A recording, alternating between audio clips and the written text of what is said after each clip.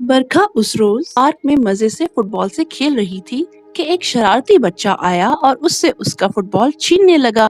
मुझे दो फुटबॉल, मैं इन चीजों से खेलूंगा। बरखा ने कहा। नहीं। पास खड़ी हुई बच्चे की अम्मी ने कहा, बेटा दे दो फुटबॉल मेरे बेटे को, ये बहुत जिद्दी और झगड़ालू है, ऐसे नहीं मानेगा।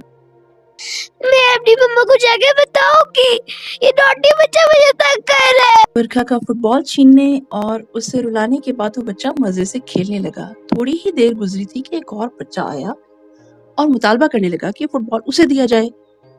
अब शरारती बच्चा परेशान होकर अपनी अम्मी की तरफ देखने लगा। बच्चे की अम्मी ने दोबारा नए आने वाले बच्चे को वही बात कही जो बरखा से कही थी, बेटा मेरा बेटा जिद्दी है, इसे दे दो। लेकिन नए आने वाले बच्चे ने बात ना मानी और फुटबॉल छीन लिया। आंटी परेशान हुई और सोचने लगी कि वही सब्र की तलकीन जो वो दूसरों के बच्चों को करती हैं, क्या अब अपने बेटे को करेंगी? वो सोचने लगी कि हम तरबियत के मयार दूसरों के बच्चों के लिए कुछ और रखते हैं और अपने बच्चों के लिए कुछ और।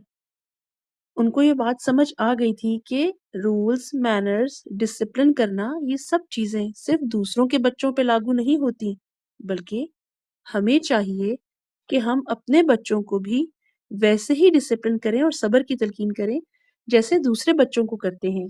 हमें चाहिए दूसरों के बच्चों को अपने बच्चों की तरह समझें।